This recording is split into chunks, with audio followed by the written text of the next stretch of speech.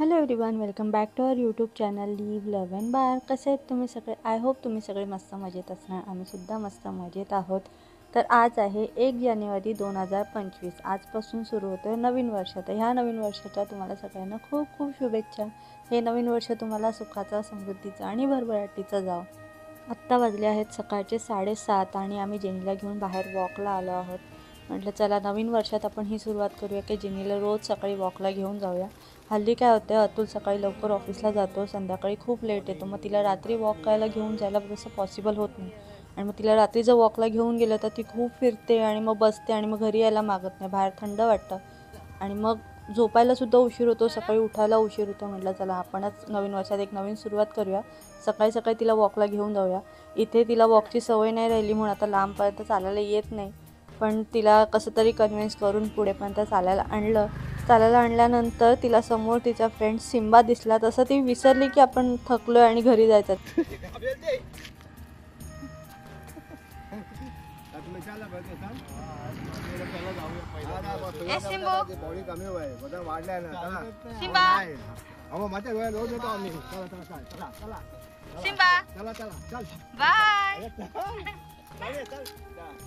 Bye. हा चला.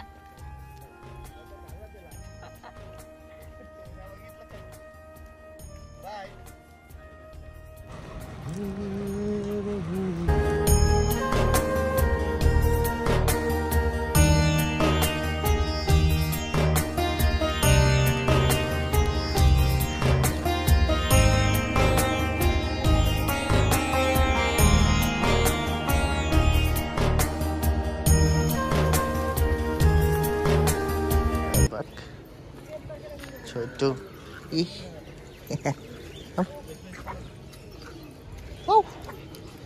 बुंतो बंदो. आज सकाळी सकाळी वॉकला जाऊन आल्यानंतर खूप भूक लागली होती. मग म्हटलं आज नाश्त्याला काय बनवायचं. तर मग ठरवलं की आज नाश्त्याला डोसा आणि चटणी बनवू. डोशाचं पीठ काय आधीपासून बनवलेलं नव्हतं, तर म्हटलं चला ऑर्डर करूया. मग डोशाचं पीठ आणि दूध ऑर्डर केलं. त्याच्यासोबत एक न्यू इयरचं काहीतरी हॅम्पर आलं होतं. ते मी अजून ओपन केलं नाही, पण ते ओपन केल्यानंतर तुम्हाला नक्की दाखवेल की त्यामध्ये काय आहे. डोसाचं बॅटर एका बाउलमध्ये काढून घेतलं. त्यामध्ये मीठ टाकून थोडंसं ते ढवळून घेतलं आणि थोडा वेळ बाजूला ठेवून दिलं. तोपर्यंत मी इथे बनवायला घेत आहे नारळाची चटणी. त्याच्यासाठी नारळाचे काप कापून घेतले आणि त्यानंतर त्यामध्ये फक्त मी नारळ आणि मिरची हे एवढंच वापरते. आणि फोडणीला तेलामध्ये जिरं, मोहरी आणि कढीपत्ता आणि थोडं मीठ टाकलं की खूप छान चटणी लागते.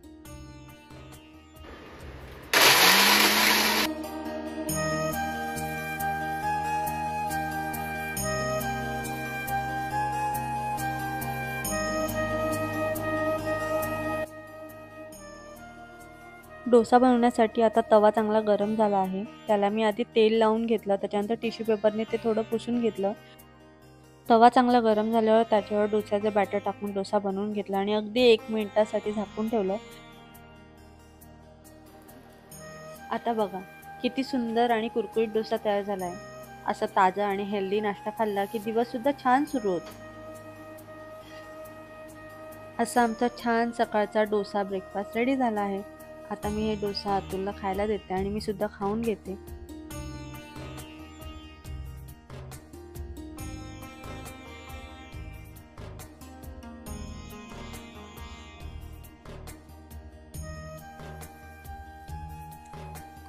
आज संध्याकाळी नवीन वर्षाच्या पहिल्या सूर्यास्ताचा अनुभव घेत आहे. एखादा छान सूर्यास्त आपल्याला किती शांती देतं ना. सूर्य मावळल्यानंतर जशी जशी संध्याकाळ व्हायला लागते तशी चहा पिण्याची खूप इच्छा होते. तर मी आता आलेली आहे किचनमध्ये माझ्यासाठी आणि अतुलसाठी चहा बनवायला. सकाळी जे मी दूध मागवलं होतं ते मी गरम करायला विसरली आणि तसंच फ्रीजमध्ये ठेवून दिलं होतं. तर म्हटलं चला आता चहा बनवायचाच आहे, तर एका बाजूला दूध गरम करत ठेवूया आणि एका बाजूला चहा बनवूया.